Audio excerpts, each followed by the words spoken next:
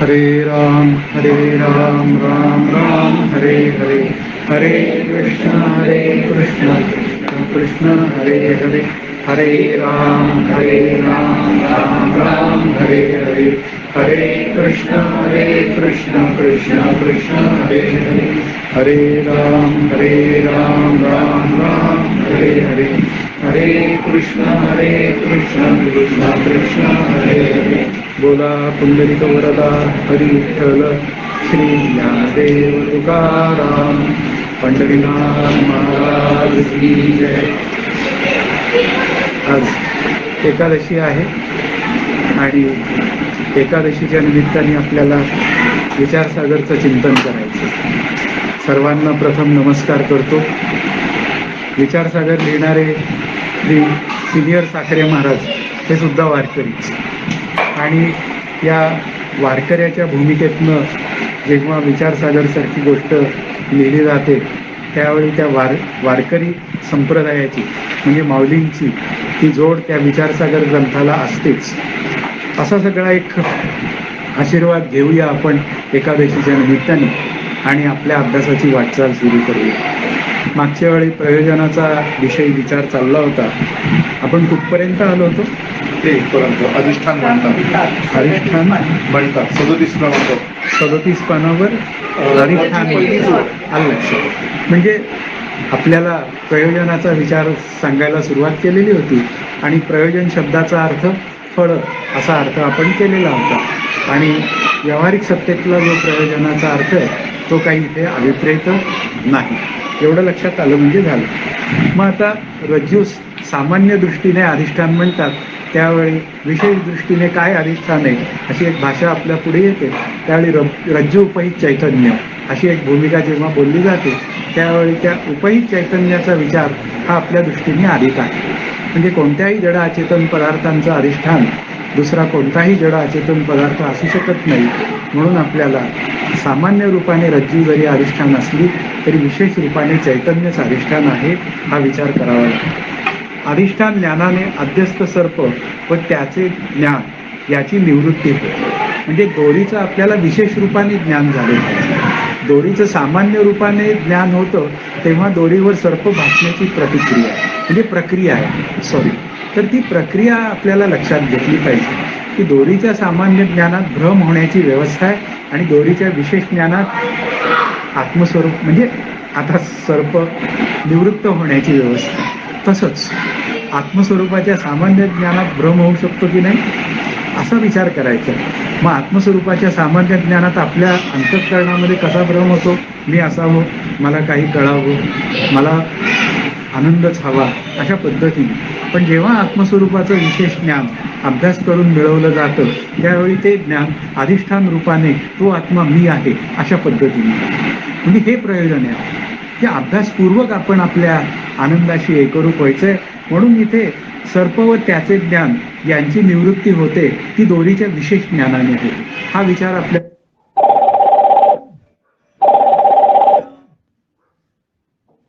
या अज्ञानाची निवृत्ती होते. त्याप्रमाणे आत्मा ब्रह्माचे अधिष्ठानावर जगताचा अभ्यास होतो. कारण आपल्याला अध्यस्त म्हणलं की अध्यस्थाला पुन्हा अधिष्ठानाचा विचार करावाच लागतो.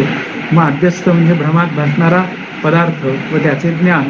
मग त्याचं अधिष्ठान काय? तर त्याचं अधिष्ठान आत्मा आणि ब्रह्म. बरं, आत्मा आणि ब्रह्म दोन वेगळे आहेत काय? नाही. मग आत्मा काय आहे? ब्रह्मरूप आहे. ब्रह्मच आत्मरूप आहे. असं दोन्ही पद्धतीने विचार केला तरी तेच आहे. पण काय झालं? ब्रह्माला काय झालं? व्यष्टी नावाचं म्हणजे शरीर नावाची उपाधी लागली की त्याला काय म्हणायचं? आत्मा म्हणायचं. अंतःकरण नावाची उपाधी लागली की त्याला काय म्हणायचं? साक्षी म्हणायचं. आणि पुन्हा बेखबर अशी भूमिका मांडायची वेळ आली की मग त्याला काय म्हणायचं? कुटस्थ म्हणायचं. असे विचार जे काय आहेत आपल्या पुढं ते आपण लक्षात घेतले पाहिजे. म्हणून जगताचा अभ्यास जो होतो तो आत्मा व ब्रह्माचे अधिष्ठानावर होतो. या आत्मा शब्दाने व्यष्टी सापेक्षता सांगितली आणि ब्रह्मांनी काय सांगितली? जगत सापेक्षता सांगितली, ब्रह्मांड सापेक्षता सांगितली. आणि ब्रह्मज्ञानाने त्याची निवृत्ती होते. म्हणजेच काय? आत्मज्ञानाने निवृत्ती होते असं का नाही म्हटले ते? कारण मी आत्मा आहे असं वृत्तीच्या स्तरावर झालेलं ज्ञान सुद्धा काय आहे? पुन्हा अलीकडच आहे. मग आता काय झालंय, आत्माच ब्रह्मरूप आहे हे मला कळलं पाहिजे. मग तो ब्रह्मरूप आहे हे कळून घ्यायचं असेल तर काय करायचं, जे मला कळालं ते सर्वांमध्ये आहे. या उपाधी माझी गुप्त, चैतन्य असे सर्वगत. अशा पद्धतीने ते प्रत्येक उपाधीमध्ये तेच तत्व व्यापून आहे आणि ते मला ब्रह्मरूपाने कळलं पाहिजे. याचा अर्थ काय झाला की त्याची व्यापकता किती झाली पाहिजे.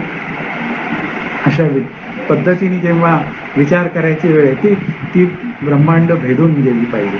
हा त्यातला मुख्य विचार आहे. मग ती कशी होते, हे विश्वची माझे घर ऐसी मती जयाची स्थिर किंबहुना चराचर आपणची. आणि मग अशा भक्ताला मी काय करतो, दया ते मी माथा निवृत्त, ही भूमिका आहे त्या भगवंताची. म्हणून ब्रह्मज्ञानाने निवृत्ती होते, म्हणजे अध्यास निवृत्तीने सकल दुःखांची निवृत्ती आणि परमानंदाची प्राप्ती होते. म्हणजे अध्यास निवृत्ती आणि पुन्हा ती कशी पाहिजे, कारणासहित पाहिजे. अध्यास निवृत्ती लयरूप नको, तात्पुरती नको. मग कशी पाहिजे, तर ती विचार करून झाली पाहिजे, आत्मानात्म विचाराने झाली पाहिजे. आणि ती आत्मानात्म विचाराने झाली की मग काय होते, सकल दुःखांची निवृत्ती होते. सकल म्हणजे काय आहे, तुम्ही जे म्हणाल त्या दुःखाची निवृत्ती. म्हणजे याचा अर्थ काय आहे, मी म्हणजे शरीर, या दुःखातनं निवृत्ती. मी म्हणजे कर्ता, या दुःखातनं निवृत्ती. आता हे खरं दुःखमय विचार आहे, कारण मी करता म्हणालो की मी भोगता होतो आणि माझ्या मनासारखं घडलं नाही की मी सुखी किंवा दुःखी होतो. म्हणजे याचा अर्थ काय आहे, या भ्रमित ज्या भूमिका आहेत त्या सगळ्या मला सुख देतात किंवा दुःख देतात. पण त्याचबरोबर अधिष्ठानाचं ज्ञान झालं तर तो आत्मा, ते ब्रह्म मी आहे आणि ब्रह्म आनंदरूप आहे, म्हणून मी सुद्धा आनंदरूप आहे. मग आता दुःखाची निवृत्ती झाली की नाही तिसरं. म्हणून दुःखाची निवृत्ती आणि परमानंदाची प्राप्ती होते. म्हणून इथे आपल्याला अज्ञानाची निवृत्ती करायची. आता अज्ञानाची निवृत्ती म्हणजे पुन्हा काय आलं, विपरीत ज्ञानाची. कारण अज्ञान आहे म्हणजे काय आहे, मी कोण आहे हे कळत नाही, म्हणजे विपरीत ज्ञान आहे. म्हणजेच अभ्यासाला काय झाली, सत्यता आली, सत्य गेले भोळ्यावर. म्हणून थोरवी कोणाची झाली, अविद्येची. मग थोरी झाली अविद्येची, सत्य गेले भोळ्यावर. अशा पद्धतीने तो विचार. आता हे जीवाचे कारण आहे व यानेच प्रयोजन म्हणजे फलसिद्ध होते. म्हणजे हेच काय आहे, साध्य आहे. की प्रयोजन काय आहे की मला जीवब्रह्मैक्य ज्ञान झालं पाहिजे, याचा अर्थच कारणासह दुःखाची निवृत्ती झाली पाहिजे आणि मला माझ्या आनंदाची प्राप्ती झाली पाहिजे. हेच मुख्य प्रयोजन आहे. कारण अवांतर प्रयोजन सुद्धा बोललेलं आहे. मग अवांतर प्रयोजन काय आहे, शब्दज्ञान. अभ्यासाचं शब्दज्ञान हे अवांतर प्रयोजन आहे आणि त्या जीवब्रह्माची ऐक्यता हे मुख्य प्रयोजन आहे. याच प्रयोजनाचे सिद्धीवर सर्व वेदांत शास्त्राची इमारत आहे. म्हणून वेदांत शास्त्रामध्ये एकच गोष्ट सांगितली की जीव ब्रह्मरूप आहे, ते ब्रह्म मी आहे. बस एवढं कळून घेण्यासाठी काय आहे, त्या वेदांत शास्त्राचा अभ्यास आहे. हे इथुलेची नाना परी विस्तारिले ग्रंथी. काय येथ अविद्या नाश हे स्थळ, मोक्षोपदान येत ही दोहीची केवळ या नावज्ञा. मला मोक्षच सांगायचा आहे माऊली म्हणते, आणि मला अज्ञानाची निवृत्तीच सांगायची. या दोन गोष्टींशिवाय मला काही सांगायचं नाही. यापेक्षा काही शोधायला जाल तर काही मिळणार नाही, परत जन्माला यावं लागेल. सकाळीच विषय झालेला आहे की मी मृत्यूरूप संसारातनं त्याची सुटका करतो, म्हणजेच काय करतो, परमानंदाची प्राप्ती करून देतो. हा मुख्य विचार आहे. ते प्रयोजन जगत अध्यस्त ठरण्यावर अवलंबून आहे. जोपर्यंत जगत अध्यस्त ठरत नाही तोपर्यंत प्रयोजन नावाची गोष्ट सिद्ध होणार नाही. कारण प्रयोजन काय आहे, ब्रह्मस्वरूपाची प्राप्ती. ते कसं आहे, एकमेव अद्वितीय. मग त्याला प्राप्त करून घेण्याचं एकही साधन नाही. मग काय काय साधन आहे, तर जगत अध्यस्त ठरवणं याच्यासाठी साधन आहे. मग जगत अध्यस्त ठरवायचं असेल तर काय ठरवलं पाहिजे, जगत भ्रमात भासणारा पदार्थ आहे. मग तिथे काय करायचं आहे, त्या सिस्टीमचा उपयोग करून घ्यायचा आहे, व्यवहार करायचा आहे आणि व्यवहार करून पुन्हा आपल्याला हे जगत अध्यस्त आहे म्हणून होणारी सुखदुःख सुद्धा अध्यस्त. मग अशा पद्धतीने सुखही नाही आणि मग आहे काय, सगळं सुखरूप, आनंदी आनंद आहे असं नाही, सगळाच आनंदी आनंद आहे अशी भाषा बोलली जाते. पण मुख्य मुद्दा काय, सगळी आनंद रूपताच आहे. पण इथे काय आहे की जगत जोपर्यंत अध्यस्त ठरत नाही, अध्यस्ताची निवृत्ती अधिष्ठानमय असते. सर्प कसा आहे? अध्यस्त आहे. त्याची निवृत्ती काय आहे? अधिष्ठान रज्जुमय आहे. अशा पद्धतीने वादात जगत जर अध्यस्त ठरले नाही तर वेदांत शास्त्र निष्फल होणार. कारण जे मिळालं पाहिजे ते मला मिळणार नाही. जग सत्य आणि ब्रह्मही सत्य. मग द्वैतापत्ती आली. मग जे वेदांत शास्त्र सांगतंय ते कळण्याची व्यवस्था कुठे? म्हणून पहिला जो आपल्या अभ्यासाचा भर जो आहे तो जगत अध्यस्त ठरवण्यावर.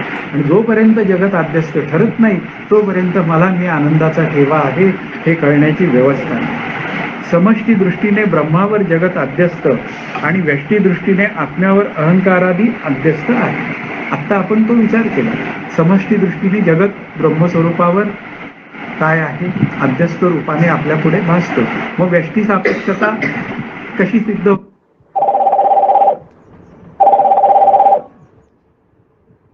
अहंकाराच्या निमित्ताने होतो.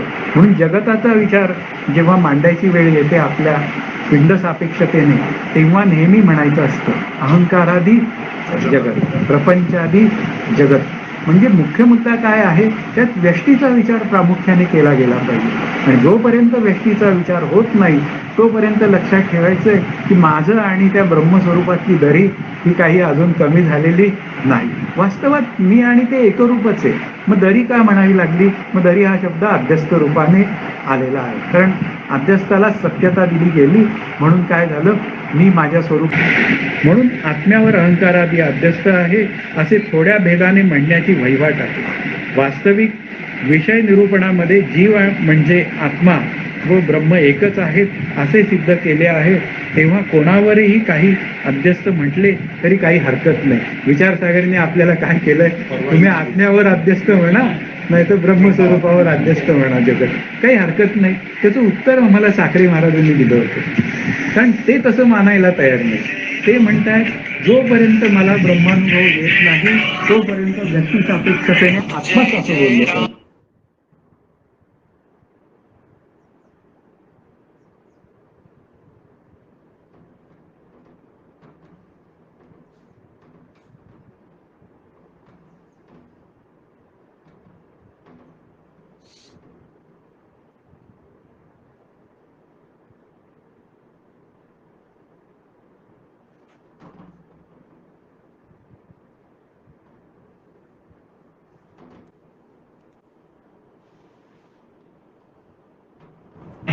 काही झालं तरी सुद्धा महत्वाचा मुद्दा काय आहे की आत्मा ब्रह्म कूटस्थ हे सर्व एकच आहेत. हा त्यातला आपला मुख्य विचार. अध्यासाचे वर्णन जीवाच्या स्वाभाविक समजुतीच्या अत्यंत विरुद्ध असल्यामुळे लवकर पटण्यासारखे नाही. कारण हे जगत 5 ज्ञानेंद्रिय आणि 6 प्रमाणांना दिसत असून हे जगत मिथ्या आहे असं जेव्हा म्हटलं जातं त्यावेळी काय होऊन जातं? थोडंसं जरा कसं तरीच होऊन जातं की एवढं सगळी सुखाची साधनं माझ्याजवळ अवलंबून असताना, उपभोगायला अवलंबून असताना हे सगळं मिथ्या आहे हे पटवायला मोठं अवघड होऊन बसतं. पण त्याला करणार काय? कारण ते पुन्हा सुख येतं, काही काळ टिकतं आणि कालांतराने निघून जातं. म्हणजे होणाऱ्या सुखाचा जेव्हा विचार करायची वेळ येते त्यावेळी होणारं सुख सुद्धा कसं आहे? सुख पुन्हा काय आहे? दुःख सुखाची लेहुनी अंगे सळीत जगाते, अशी भूमिका आहे. म्हणजे याचा अर्थ काय आहे? ते दुःखरूपच आहे. म्हणजे ते सुख होणारं दुःखरूपच आहे. म्हणून ते अत्यंत विरुद्ध न पटण्यासारखं आहे. म्हणून आळस न करता अध्यास म्हणजे भ्रम हे चांगले लक्षात ठेवून पुढील विषयाचे वारंवार चिंतन केल्यास समजून येईल. म्हणून अध्यास, भ्रम हे शब्द काय आहेत? एकाच अर्थाचे आहे. पुन्हा विवर्त असा शब्द 4थ्या तरंगात ऍड होईल पण तोही काय आहे? एकाच अर्थाचा आहे. अशा पद्धतीने आपण विचार करूया. म्हणून अध्यास होतो म्हणजे काय होतो? भ्रम होतो. अशा पद्धतीने आपण मूळचा विचार करू शकतो. प्रथम पूर्वपक्षीच्या दृष्टीने आत्म्यावर अहंकारादी अनात्म पदार्थ अध्यस्त असणे संभवनीय नाही असे सांगून नंतर सिद्धांतीच्या मताने अध्यास कसा संभवनीय आहे ते सांगू. कारण मांडणी आहे विचारसागरची की आधी पूर्वपक्षाचं म्हणणं मांडायचं आणि नंतर मग पूर्वपक्षाचं म्हणणं काय करायचं? फोडून काढायचं. कारण ते का मांडायचं? असा काही पूर्वपक्ष माझ्या अंतःकरणात असेल तर मग तो काय झाला पाहिजे? तो माझ्या अंतःकरणात समोर निघाला पाहिजे. त्या दृष्टीने तो विचार.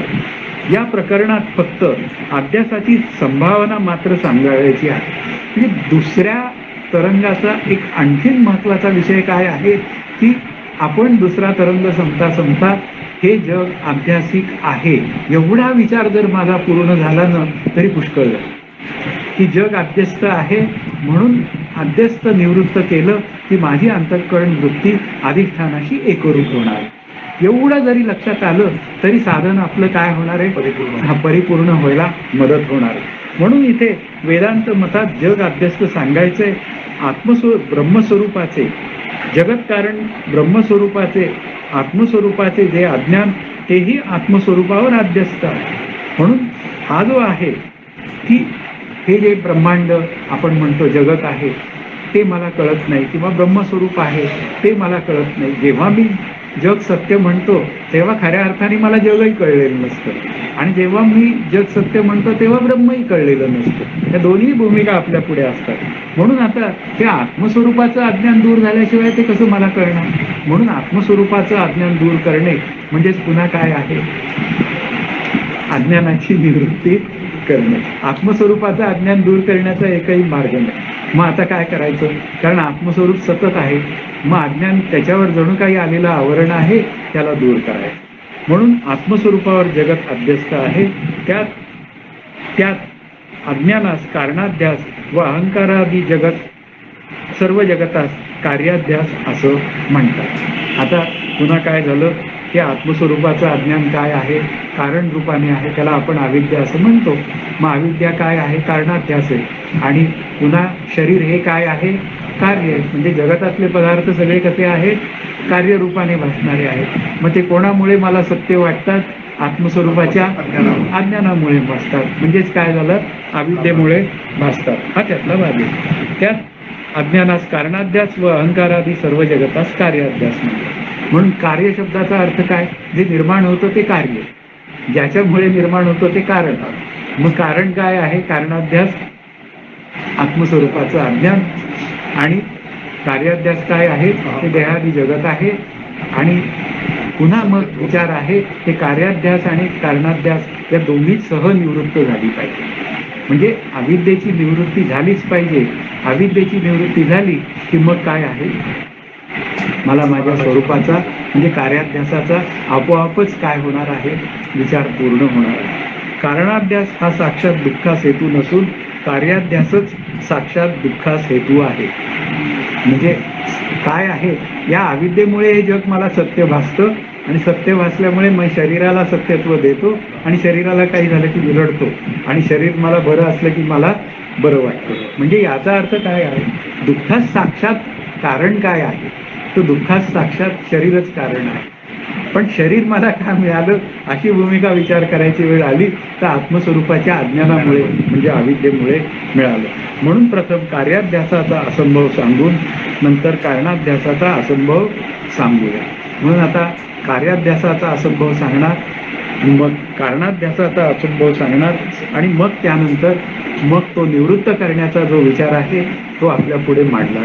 मग प्रयोजन काय ठरलं तर मी आनंदाचा ठेवा आहे म्हणजेच काय आहे, ते ब्रह्म मी आहे म्हणजे आत्माच ब्रह्मरूप आहे.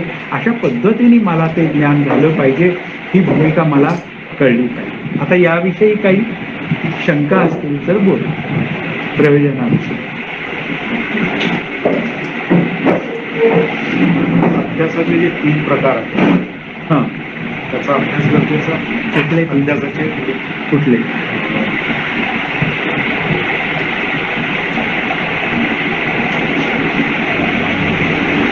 ते पुढच्या ह्याच्यात येणार. अच्छा, स्वरूपाध्यास, कारणाध्यास, कार्याध्यास, पण ते येणार. म्हणजे अभ्यासाला फक्त एकच न धरता त्याचे 3 प्रकार. काही जरी धरलं तरी शेवटी तो अध्यास असं त्याचं. अध्यास म्हटलं की भ्रमात भासणारा पदार्थ व त्याचे ज्ञान अशी भूमिका. अध्यासिक पदार्थ याचा अर्थ त्या पदार्थांना वास्तवात अस्तित्व नाही, पण कल्पितात मात्र त्यांना अस्तित्व आहे. मग अस्तित्व त्यांना कोणामुळे मिळालं, पुन्हा अंतःकरणामुळे मिळालं. मग अंतःकरणामुळे मिळालं म्हणून तर म्हणतात ना, तुझी या वियोगे जीवत्व आले. मग वियोग कुठे झाला, योग त्या अंतःकरणात झालेला आहे. मग दुरुस्ती कुठे आहे? अंतर्गत. हा, म्हणून तिथे आहे आपल्याला. त्या अंतःकरणाची समजूत घालायची आहे आपल्याला की मी कोण आहे. अशा पद्धतीने मी कोण आहे कळलं की मी काय आहे, मग तो अध्यासाची निवृत्ती आहे आणि प्रयोजनाची सिद्धी आहे. असं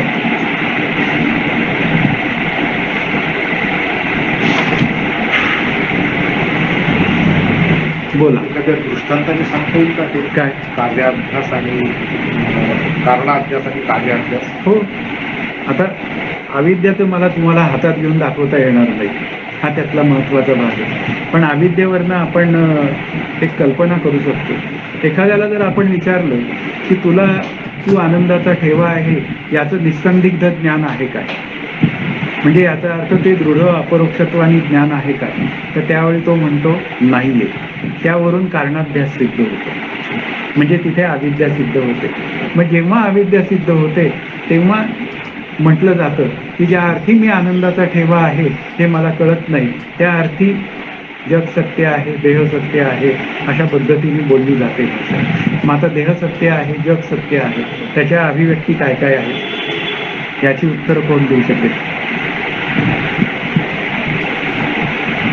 शरीराच्या अस्तित्वावर माझं अस्तित्व अवलंबून. मग आता तिथे काय झालं? कार्याभ्यासाचा तिथे काय झालेलं आहे? सुरुवात झालेली आहे. मग सुरुवात झाली आहे, सुख दुःख आहे आणि मग सगळं उपाधी त्याच्यामध्ये. मग ते आलंच. मग कार्याभ्यासाला सत्यत्व दिलं की आलं विशेषण. मग विशेषण झालं की काय झालं? मग सुख दुःख आलं. आत्मा कसा आहे? सुखरूप. शरीर कसं आहे? जडाचेच आहे. दोघांचा संघात होणं शक्य आहे का? नाही, पण कल्पितात झाला. मग कल्पितात झाला तर मग वास्तवात करा ना वेगळं त्याला. म्हणजे कल्पितात झालाय तर कल्पितात त्याला वेगळा करा आधी. मग कल्पितात वेगळा करायचा आहे म्हणजे काय करायचं? तो आत्मा मी आहे असं सतत मला चिंतन केलं पाहिजे. आणि पुन्हा देहाच्या निराशा पाविले आहे. मग देहाचा निराश करायचा असेल तर देह कसा आहे? भ्रमात भासणारा पदार्थ व त्याचे ज्ञान, अशी भूमिका करायची. आलं लक्षात? येणार ते सगळे. काय? ते पूर्व पक्षाचं म्हणणं आहे. पूर्व पक्षीच्या मताने कार्याभ्यासाचा असंभव. कारण का? ते जग सत्य मानतात ना. मग जग सत्य मानतात. जग सत्य मानलं तर जग अध्यासी काही आपल्या मताशी ते एकरूप होऊ शकत नाही. म्हणून ते आता काय सिद्ध करणार आहे की कार्याभ्यास म्हणजे जगत सिद्धच, म्हणजे अध्यास रूपाने सिद्धच होत नाही, ते सत्यच आहे. जगही सत्य आहे आणि ब्रह्मही सत्य. म्हणून काय झालं? द्वैतापत्ती आहे त्यांच्या दृष्टीने. ही भूमिका ते मांडणार आहे. आणि आपण मात्र काय करणार आहे?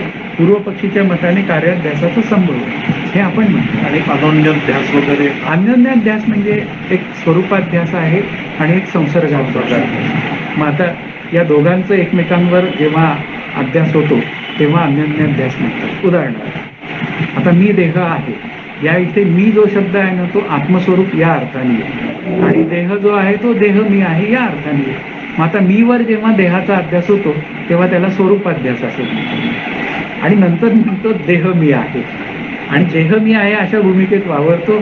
त्यावेळी देहाचं म्हणूया अस्तित्व कसं आहे? ते फिस्कल आहे, म्हणजे कसं आहे? खोटं अस्तित्व आहे, मिथ्या अस्तित्व आहे.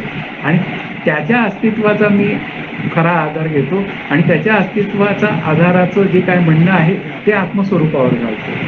म्हणजेच काय झालं? वास्तविक देहाचा आणि आत्म्याचा संसर्ग आहे. काय झालं? जास्वंदीच्या फुलावर पेपरवेट ठेवला गेला आणि पेपरवेटमध्ये तो रंग जणू काही आला. जणू काही आल्याबरोबर मी काय म्हणायला लागलो? मी देह मी आहे. मग हा देह मी आहे हा संसर्गाध्यास. आणि दोन्ही अध्यास म्हणतात स्वरूपाध्यास अधिक संसर्गाध्यास बरोबर अन्योन्याध्यास. एकाचा अन्यावर, अन्याचा एकावर, अशा मला हेच 3 अध्यास विचारायचे. हरिओम. संसर्गाध्यास, स्वरूपाध्यास आणि अन्योन्याध्यास असं ते वेळेवर आठवत नव्हते. चालतंय. अभ्यास हा याच्यासाठीच आहे. मला तरी कुठं वेळेवर आठवतो. अशा पद्धतीने होत जातो अभ्यास. बोला.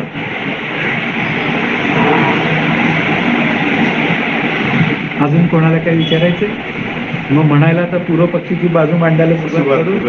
डोक्याला हात लावायची वेळ येणार आहे, पण ऐकायला पाहिजे हा त्यातला भाग आहे. कारण आपल्याला श्री गुरु काकांचंच म्हणणं आहे की पूर्वपक्षासह अभ्यास करा. त्याने आपल्या मनात काही असा पूर्वपक्ष असेल तर त्याची निवृत्ती करण्याची व्यवस्था तयार करता येते. मग अहंकारादी अनात्म वस्तू याच बंध असे म्हणतात.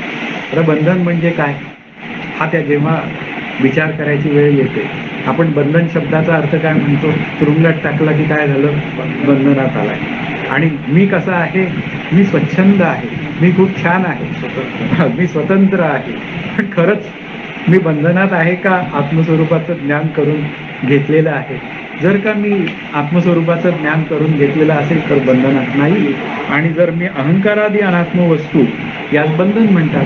मला जर विशेषत्वाने अहंकार माझ्या अंतःकरणात असेल, आपण म्हणलंय सामान्य अहंकारात जर मी माझं जीवन पूर्णपणे घालवलं तर त्या ठिकाणी काय आहे, मला सुखदुःख होत नाही. पण जर का माझं जीवन पुन्हा विशेष अहंकारात गेलं की मी काय म्हणतो, माझ्यासारखा, सर्वात माझ्यासारखा हा शब्द तिथे असतो सतत. माझ्यासारखा सांगणारा कोणी नाही, माझ्यासारखा ऐकणारा कोणी नाही, मीच माझा अभ्यास कसा केला जाणे. अरे तू तुझा केला तर तुला फायदा आहे, पण ते कसं असतं, ते सर्वांना सांगायची एक मोठी हां कौतुक असतं, मिरवणं असतं. मग जिथे मिरवणं आहे तिथे काय आहे, अहंकार. बरं अहंकार कोणत्या तत्वाचा आहे, पृथ्वी तत्वाचा आहे. तो काही केल्या जातं नाही. मग म्हणून तो अहंकार मला काय करतो, बंधनात टाकतो. बरोबर आहे. मग मी देह आहे, हा काय आहे, हा अहंकार आहे. मग तो मला काय करतो, बंधनात टाकतो. अशा पद्धतीने तो विचार. मग तो अनात्म वस्तू आहे, म्हणजे तो कसा आहे, अनात्म आहे. याचा अर्थ अहंकार जड अचेतन आहे, पण तो काय आहे, चिदाभासाच्या साहाय्याने अंतःकरणात त्याचा काय होतो, जणू काही उदय होतो. आणि मग मी वस्तूंना, म्हणजे बाहेरील वस्तूंवर माझी आसक्ती जडते आणि त्या माझ्या जवळ असाव्यात असं माझ्या अंतःकरणात वाटायला लागतं. नाही झाल्या तर क्रोध येतो जवळ मिळाल्या. अशा पद्धतीने ती सगळी बंधनाची एक मालिका तयार होते. तो बंध जर वेदांती म्हणतात त्याप्रमाणे आत्म्यावर अध्यस्त असतात तर आत्मज्ञानाने त्याची निवृत्ती झाली असते. म्हणजे तो अनात्म असा जो बंध आहे तो जर का आत्म्यावर अध्यस्त असता, आता हे पूर्वपक्षाचं म्हणणं चालू आहे, तर तो काय झाला असता, आत्मज्ञानाने त्याची निवृत्ती झाली असती. पण बंध अध्यासरूप नाही म्हणून त्याची ज्ञानाने निवृत्ती संभवत नाही. मग बंध जर का अध्यासरूप नाही असं जर पूर्वपक्षी म्हणत असेल तर बंध कसा आहे, सत्य आहे. आलं लक्षात, बंध सत्य आहे. कारण त्यांचं म्हणणं काय आहे, जे 5 ज्ञानेंद्रियांना दिसून आम्हाला कळतं ते काय आहे, तेच सत्य आहे. अशा पद्धतीने बोललं गेलेलं आहे. आणि तुमची ब्रह्मवस्तू काही दिसत म्हणून ती वास्तवात नाही, ही त्यांची भूमिका आहे. म्हणून त्यांच्या भूमिकेप्रमाणे ते मांडताय. ज्या वस्तूचे ज्ञान होते तेच ज्ञान. इथे मला मोबाईलचं ज्ञान माझ्या अंतःकरण वृत्तीच्या साह्याने, डोळ्यांच्या साह्याने होतं. मग ते जे काय ज्ञान आहे तेच ज्ञान. म्हणजे कुठलं ज्ञान, होणारं ज्ञान. आपल्या श्रीगुरूंच्या भाषेत होणाऱ्या ज्ञानालाच त्यांच्या खऱ्या ज्ञानाचा दर्जा आहे. त्या वस्तूच्या ठिकाणी असणारा अभ्यास आणि अभ्यासाचे कारण ते त्या वस्तूचे अज्ञान या दोघांस निवृत्त करते. म्हणजे ज्याचा अर्थ काय आहे की ती एखादी वस्तू मला माहीत नाही आणि ती वस्तू मला कळाली की त्याचं ज्ञान झालं, आणि ज्ञान झालं की अज्ञान निवृत्त झालं. मग इथे अध्यास, अध्यस्त, अधिष्ठान वगैरे या भाषा आल्या कुठे? मग त्यासाठी त्यांनी उदाहरण दिले. ज्याप्रमाणे रज्जूचे ज्ञान, रज्जूच्या ठिकाणी असणारा सर्पाध्यास व त्या अध्यासास कारण जे रज्जूचे अज्ञान याची निवृत्ती करते. म्हणजे भ्रांती ज्ञानाचा विषय आणि त्याचे ज्ञान यास अध्यास म्हणतात. भ्रांती ज्ञानाचा विषय काय आहे, साप आहे. मग आता त्याचं ज्ञान झालं म्हणजे काय झालं, क्लिक लक्षात आला का? रज्जूच्या ज्ञानाचा विचारच नाही त्यांच्या भाषेत. रज्जूच्या ज्ञानाचा या शब्दाचा अर्थ अधिष्ठानाच्या ज्ञानाचा. माझ्या अंतःकरणात अज्ञान कशाचं आहे, हा त्यातला हा साप एका दोरी आहे असं अज्ञान आहे. म्हणजेच मला काय आहे, हा साप आहे असं लक्षात येतं. बरोबर आहे ना? भ्रमामुळे काय झालं, हा साप आला लक्षात. आणि मग काय झालं, मी दिवा लावला आणि नंतर काय झालं, तो साप नाहीसा झाला. म्हणजे याचा अर्थ काय झालं, सापाचं अज्ञान गेलं नाही. मुख्य दोरीचा विषय तिथे अधिष्ठानाचा विषयच नाहीये, पूर्व पक्षाच्या अभ्यासामध्ये अधिष्ठानाचा विषय विषयच नाहीये. फक्त सर्पाचं ज्ञान झालं हा. की विषय संपला. संपला. म्हणजे तो सर्प नाही असं ज्ञान झालं की संपलं, अशी भूमिका आहे. आता बघा, सत्य वस्तूची ज्ञानाने निवृत्ती होत नाही. आलं का लक्षात? सत्य वस्तू जर असती तर त्याची ज्ञानाने निवृत्ती कशी होईल? ते मला दिसतच आहे ना, हा मोबाईल मला कळतोच आहे ना, मग आता त्याच्या ज्ञानाची निवृत्ती कशी होईल? तो मला मोबाईल कळतच राहणार आहे, अशी भूमिका आहे तिथे. सत्य वस्तूची ज्ञानाने निवृत्ती होत नाही. आत्म्याच्या ठिकाणी अहंकारादी बंध अध्यासरूप नाही, कारण असता तर तो मला दिसला असता ना, म्हणजे अर्थी दिसत नाही, त्या अर्थी तो नाही. कारण जेव्हा अध्यास घडतो तेव्हा त्या अध्यासाची कारणे असतात. कारण समुदायात सामुग्री असे म्हणतात, ती कारणे अशी. कारण जेव्हा अध्यास घडतो तेव्हा त्याची काही कारणं असतात, ती कारणं सह जर का अध्यास घडला असेल तर त्याला आम्ही अध्यास म्हणू. हा त्यातला भूमिकेचा विचार आहे. आणि म्हणून पूर्वपक्ष 7व्या याच्यामध्ये सुद्धा कार्याध्यासाची सामुग्री सांगणार आहे की ह्याच्यामुळे अध्यास घडतो.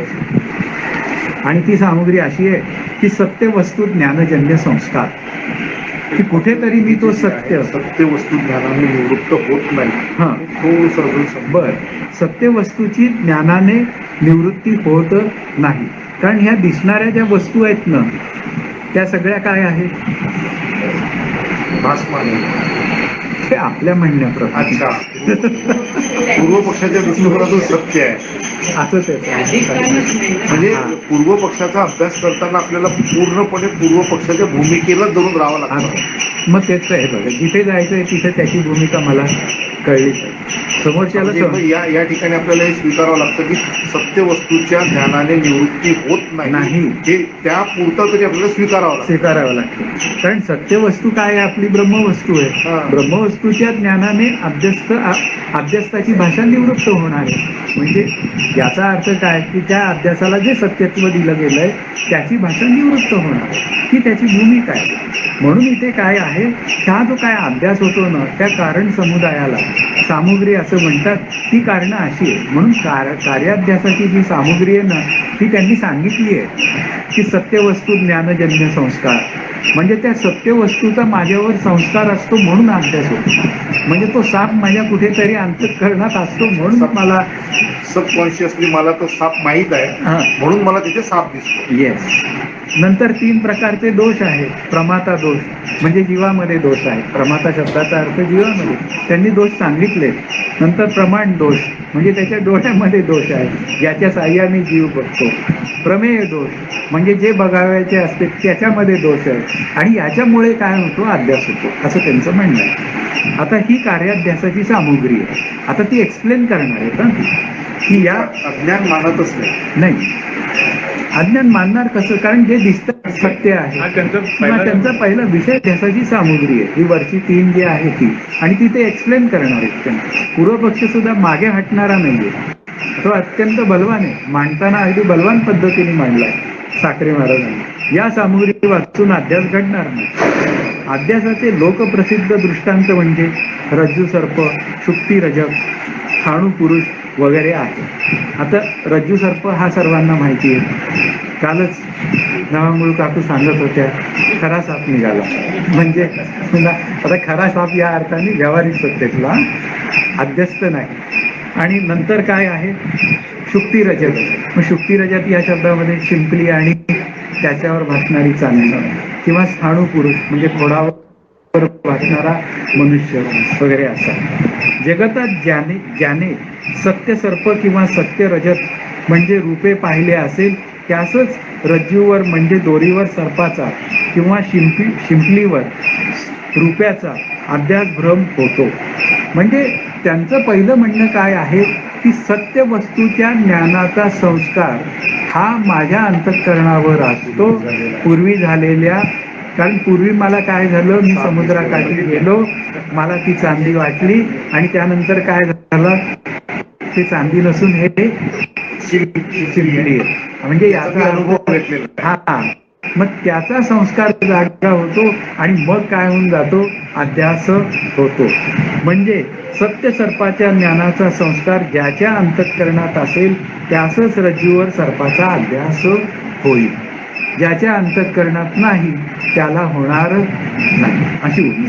ते लक्षात आलं का? त्यांच्या म्हणण्याप्रमाणे ज्यांनी साप बघितलंच नाही त्याला सापाचा भ्रम होणारच चावून मरल पण होणार नाही. हे त्याचं उत्तर. आपल्या सगळ्यांना सापाचा भ्रम, सगळ्यांना एकच भ्रम काय केलं आपण साप पाहिला.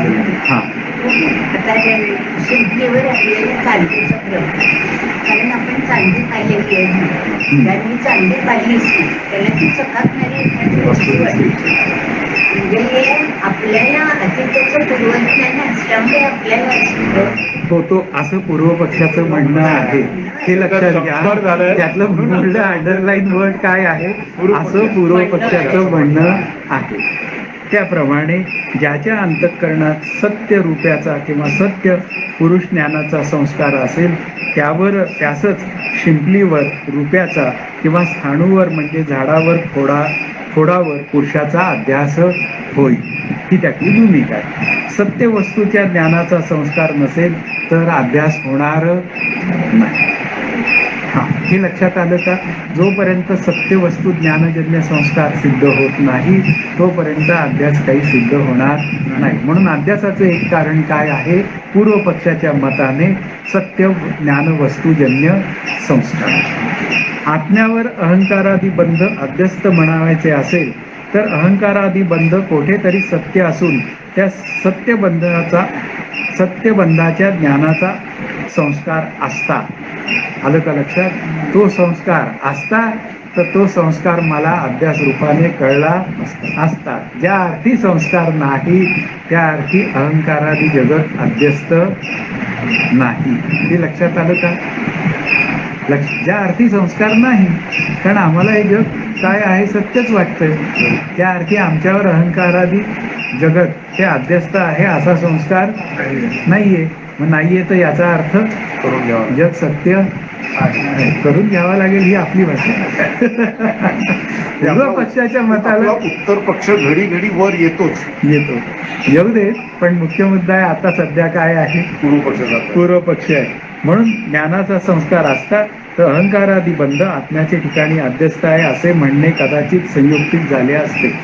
पण अडचण ही आहे की वेदांत मतात आत्म्याशिवाय केव्हाच आणि काहीच सत्य नाही. सत्यवान ज्ञानजन्य वस्तू संस्कारच अभ्यासाचे कारण आहे. आणि तुम्ही म्हणता की सर्व काय आहे, सर्व जगत कसं आहे, ब्रह्मरूपच आहे. मग सर्व जगत ब्रह्मरूप आहे तर अभ्यास कुठे आहे? तुम्हीच म्हणता अभ्यास नावाची गोष्टच सिद्ध होत नाहीये. आलं का लक्षात? म्हणून काय आहे, सर्वच ब्रह्म असेल तर अध्यासच नाही. मग अशा पद्धतीने ते म्हणतात की मग सत्यवस्तू ज्ञान आणि धरलाच तो सत्यवस्तू ज्ञानजन्य संस्कारच अध्यासाच कारण. बंध कोठेच सत्य नसल्यामुळे सत्यवस्तू ज्ञानजन्य संस्काराचाच असंभव आहे. आता आणखीन पुढे ते गेले. मग आता काय आले तर ते म्हणतात सर्वच जर ब्रह्मरूप आहे, काही नाहीच आहे, तर मग सत्यवस्तू ज्ञानजन्य संस्काराचाही असंभव आहे. अशा म्हणून बंध अध्यस्त म्हणणे संभवनीय नाही. हे लक्षात आलं का? हां. शिवाय दोषत्रयही संभवत नाही. म्हणजे ते 3 दोष आहेत आपल्या ठिकाणी आपण जे मांडलेले तर तेही संभवत नाहीत. मग एक प्रमाता दोष, प्रमाण दोष आणि प्रमेय दोष हे 3 दोष येतात. त्यापैकी प्रथम प्रमेय दोषाचा असंभव सांगतो. अशा पद्धतीने प्रमेय दोषाचा असंभव सांगायला सुरुवात झालेली. मग त्याच्या आधी काही अडचण आहे का? सत्यवस्तू ज्ञानजन्य संस्कार याचा अर्थ कळाला का? सत्य साप माझ्या अंतःकरणात मी कधीतरी पाहिलेला असतो आणि तो पाहिलेला असल्यामुळे मला सापाचा काय होऊन जातो, अध्यास भ्रम तयार होतो. अशी त्याची भूमिका आहे. आत्मस्वरूपाचा वगैरे त्याचा काही काडीचा संबंध नाही, हेच त्यांचं म्हणणं आहे थोडक्यात. आता ज्या वस्तूचे ज्ञान होते तिला प्रमेय असं म्हणतात. म्हणजे याचा अर्थ काय आहे, समोर बसलेल्या व्यक्ती हा माझ्या ज्ञानाचा विषय आहे, म्हणून त्या व्यक्ती काय झाल्या, प्रमेय झाल्या. बरोबर. दृष्टांतात रज्जू प्रमेय असून तिजवर सर्पज्ञान होते. म्हणजे त्या रज्जूवर काय होतं, सर्पाचं ज्ञान होतं. हे मान्य आहे ना. रज्जू सर्प अध्यासामध्ये त्या दोरीवर त्या सर्पाचं ज्ञान होते. त्या सर्पज्ञानाचा विषय सर्प तोही प्रमेयच आहे. म्हणजे सर्पज्ञान आणि सर्प हे दोन्ही काही वेगळे नाही. दोन्ही विषय काय आहे, एकच, तो सापच आहे. या दोन प्रमेयामध्ये म्हणजे रज्जू व सर्प यांच्यामध्ये लांबटपणा वगैरे सादृश्यता आहे, प्रमेय दोष नाही. आलं का लक्षात? सादृश्यता दोष आहे. त्या दोघांमध्ये साम्य आहे काहीतरी, आणि साम्यामुळे हा अध्यास, हे त्यांचं मानणं आहे. मुख्य मुद्दा काय आहे, सादृश्य आहे. त्याप्रमाणे शिंपली आणि रूपे या चकचकीतपणाचे सादृश्य आहे. दोघांमध्ये चकाकडीपणा, म्हणून रज्जूवर सर्पाचा व शुक्तीवर रूप्याचा अभ्यास होतो. आलं लक्षात? म्हणजे सादृश्यता दोष याच्यामुळे काय होतो, अध्यास होतो. अध्यासाचे सरणीत बोलावयाचे म्हणजे अधिष्ठान रज्जू व आरोप्य सर्प यामध्ये सादृश्य असावे लागते. सादृश्य असेल तर तिथे काय आहे, हा, तर अध्यास होण्याची तिथे व्यवस्था आहे. म्हणून सादृश्यता दोषामध्ये हा अध्यास होतो. आता आत्मा अधिष्ठान आणि अहंकारादी जगत, अहंकारादी सर्व जगतरूपी बंधन आरोप्य यांच्यात सादृश्य तर आहे. आत्मा चेतन, बंधन अनात्म जड अचेतन, म्हणजे दोघांमध्ये सादृश्यता काही आहे का, नाहीये. मग नाहीये तर मग अभ्यास कसा होणार? हा, म्हणजे अभ्यास होण्याची काही तिथे व्यवस्था आलं लक्षात का? मूळ मुद्दा लक्षात घ्या. संस्कार मानतात. हा, संस्कार आहे ना. सत्यवस्तू ज्ञानजन्य संस्कारामुळे अभ्यास होतो, हे प्रथम सांगितले. आणि दुसरा त्यांनी दोष काय सांगितला की सादृश्यता दोष आहे. आणि सादृश्यता आहे दोघांमध्ये, काहीतरी त्याच्यामध्ये लांबट गोलपणा आहे. त्यामुळे काय होतो, सापाचा भ्रम होतो. मग दोरीवर आणखी स्थाणूचा, दोरीवर पुरुषाचा भ्रम का नाही होत? सादृश्यता नाही तिथे, सादृश्यता आहे म्हणून तिथे काय होतो, तो भ्रम होतो. अरे बाबा,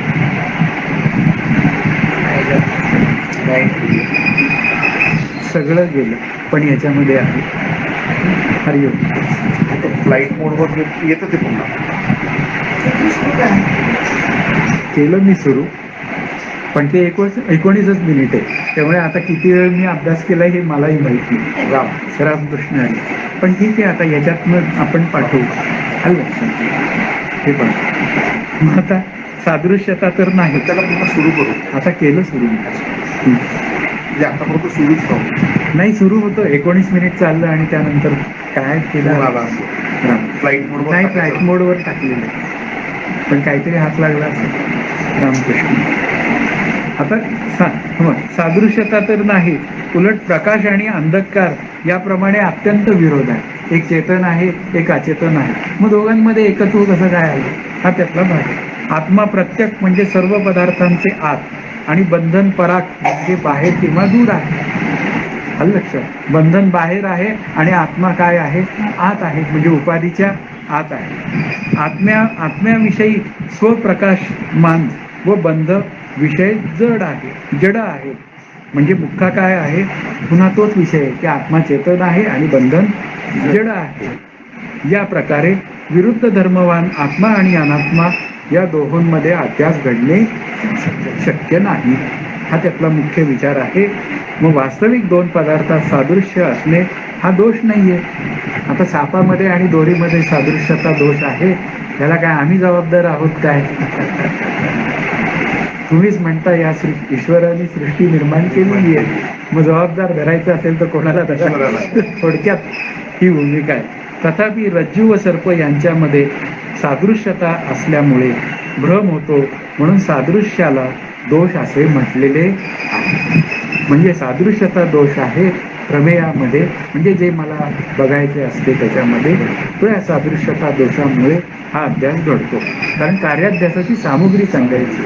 सर्प हा काय आहे, कार्याध्यास आहे, आणि रज्जू ही काय आहे, पुन्हा कारणाध्यासाचा असे. त्याप्रमाणे प्रमाता व प्रमाण या दोषांची बंधाच्या अभ्यासास आवश्यकता आहे, पण ते दोष सिद्ध होत नाही. आपलं किती वेळ अभ्यास झालाय, काही अंदाज आहे का? 4:30ला सुरू केलं.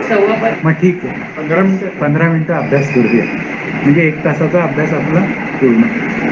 मग त्याप्रमाणे प्रमाता व प्रमाण दोषांची बंधाच्या अभ्यासास आवश्यकता आहे, पण हे 2 दोष सिद्ध होत नाही. जे प्रमाता दोष, प्रमाण दोष. आता प्रमाता म्हणजे पाहणारा, म्हणजे जीव, आणि प्रमाण म्हणजे ज्याच्या साहाय्याने पाहतो ती इंद्रिय, याला प्रमाण म्हणतात. कारण ज्यास ज्ञान होते तो अंतःकरण विशिष्ट चैतन्य प्रमाता, व ज्या इंद्रियांच्या साहाय्यात ज्ञान होते त्या इंद्रियास प्रमाण असे म्हणतात. तो आत्ता आपण विषय केला. अध्यास होण्यासाठी प्रमात्याच्या ठिकाणी लोभ भयादी व प्रमाणाचे ठिकाणी पित्त मलादी दोष असावे लागतात. म्हणजे पुन्हा आता काय पाहिजे, त्या जीवाच्या ठिकाणी दोष असले पाहिजे. कावीळ असेल तर त्याला पिवळं दिसेल, तसेच पित्त मलादी दोषामध्ये काय आहे, ते दोष असतील तर त्याला काय होईल, भ्रम होईल. आणि ते 2 दोष नसतील तर प्रमात्याच्या ठिकाणी आणि प्रमाणाच्या ठिकाणी तर भ्रम होण्याचं काहीही कारण म्हणजे वेळ पडली तर साधकाला मानसिक दोषी आहे असं ठरवून मोकळं व्हायला तयार आहे की तुला भ्रम झाला म्हणजे तुझ्या मनामध्येच दोष आहे. रामकृष्ण. म्हणजे प्रमाता व प्रमाणाचे स्वरूप अध्यासाहून पूर्वकाली असले पाहिजे. म्हणजे प्रमाता व प्रमाणाचे स्वरूप अध्यासाच्या पूर्वकाली असले पाहिजे, आणि त्यांचे ठिकाणी दोषही असले पाहिजे. कुठले? हे लोभ भयादी पित्त मलादी हे दोष असले पाहिजे, आणि आधी जीव वगैरे सगळे असले पाहिजे. बंधाचे अभ्यासामध्ये प्रमात्याचे ठिकाणी लोभ भयादी किंवा प्रमाणाचे ठिकाणी पित्त मलादी दोष नाहीत. आणि सरळ सरळ दिसतंय, मला काही पिवळं दिसत नाही, काळी झालेली नाही, त्यामुळे माझ्या ठिकाणी एकही दोष नाही. दोष नाही तर मग अभ्यास होण्याची काही व्यवस्था नाही. म्हणून पण बंधाचे अभ्यासाहून पूर्वी त्यांची उत्पत्ती सिद्ध होत नाही. कारण अहंकारादी सर्व अनात्म पदार्थ हाच जर बंध आहे तर त्यातच प्रमाता व प्रमाणांची गणना आहे. मुख्य मुद्दा काय आहे? प्रमाता आणि प्रमाणांची गणना कशात आहे? त्या अध्यासातच आहे, त्या बंधातच आहे. रज्जूवर सर्पाध्यास पाहणारा जो प्रमाता म्हणजे जीव, तो सर्पाध्यासाहून पूर्वी असतो, म्हणून त्याला भ्रम होतो. बरोबर आहे की? तो पूर्वीपासून आहे. तर अहंकारादी बंध पाहणारा प्रमाता पूर्वी असला पाहिजे. तो पूर्वी मात्र असं बंधन पाहणारा पूर्वीपासून नाही. मग जेव्हा तो तिथे पाहतो तेव्हा तिथे सादृश्यता दोष तयार होतो, आणि मला काय दिसायला लागतं? भ्रमित पदार्थ म्हणजे सर्प भासायला लागतो. पूर्वी असला पाहिजे, पण तो असणे संभवनीय नाही. त्याचे स्वरूपच जर सिद्ध होत नाही तर त्याच्या ठिकाणी दोषाची सिद्धी होत नाही, हे आपोआप ठरते. आणि अध्यास होण्यास दोष तर पाहिजेत. आता जोपर्यंत हे 3 दोष नाहीत तोपर्यंत अध्यास घडण्याची व्यवस्था नाही. जर जीवाच्या ठिकाणी अध्यास नाहीत, म्हणजे ते दोष नाहीत, तर अध्यास कुठून घडणार? म्हणजे जीवाला जे कळतंय ते कळणं कसं आहे? सत्य. मूळ मुद्दा काय आहे? सत्य. म्हणजे हे आपोआपच ठरते, आणि अध्यस्त होण्यास दोष तर पाहिजे, त्यांचा अभाव आहे. म्हणून अहंकारादी अनात्म पदार्थ आत्म्यावर अध्यस्त आहेत हे म्हणणे संभवनीय नाही. जीवाच्या ठिकाणी दोषच नाही तर अहंकार कुठून सिद्ध व्हायचा?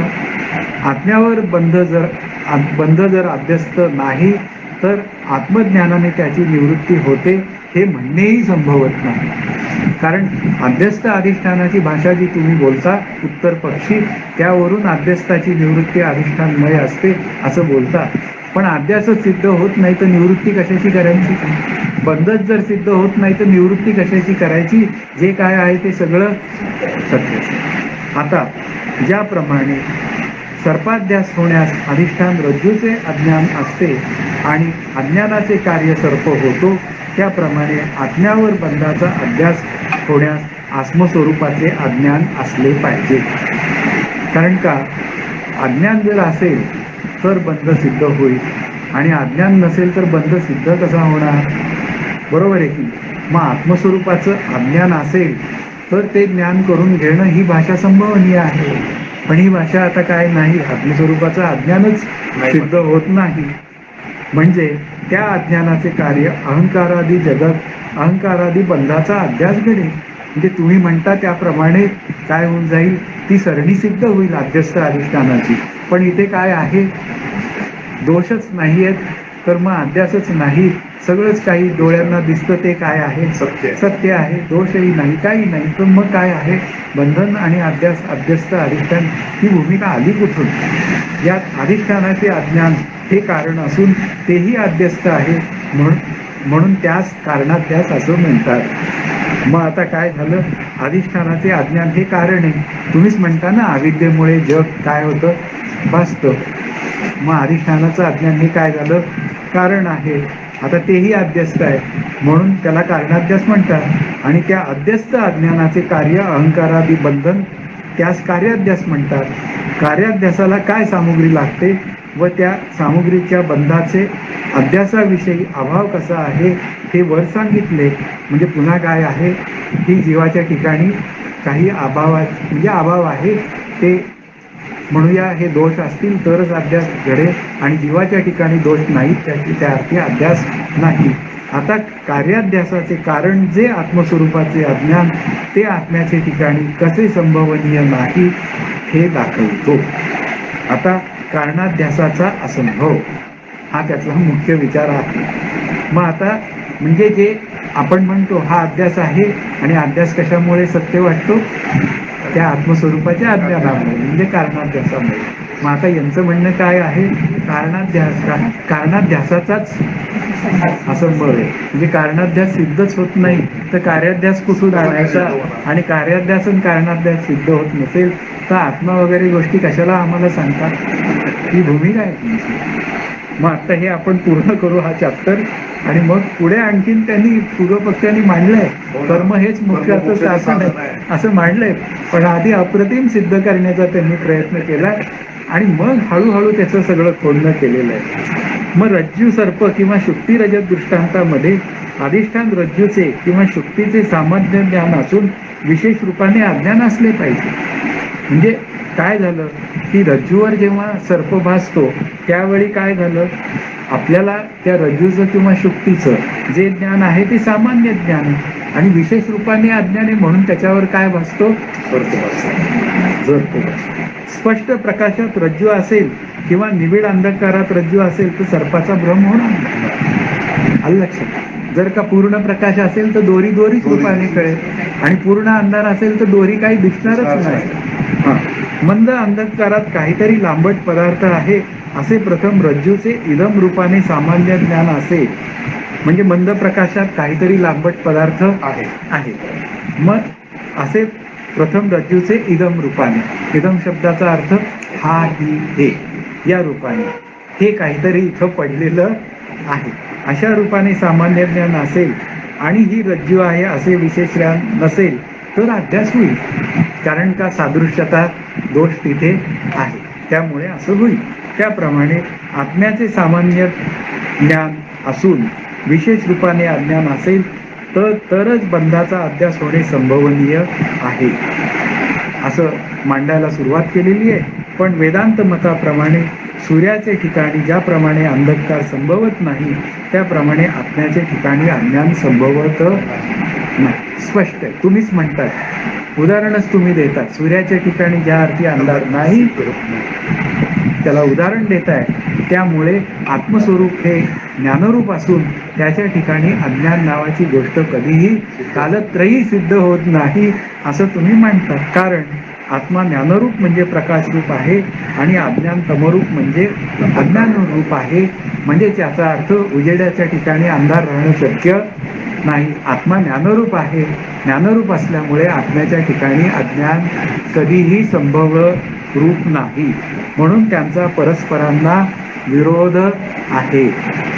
असा स्वयंप्रकाश आत्म्याच्या ठिकाणी सामान्य रूपाने ज्ञान आणि विशेष रूपाने अज्ञान असे म्हणावे तर आत्मा निर्विशेष म्हणजे सामान्य विशेष भाव रहित आहे, या वेदांत मताची म्हणजे सिद्धांताची हानी करणे होय.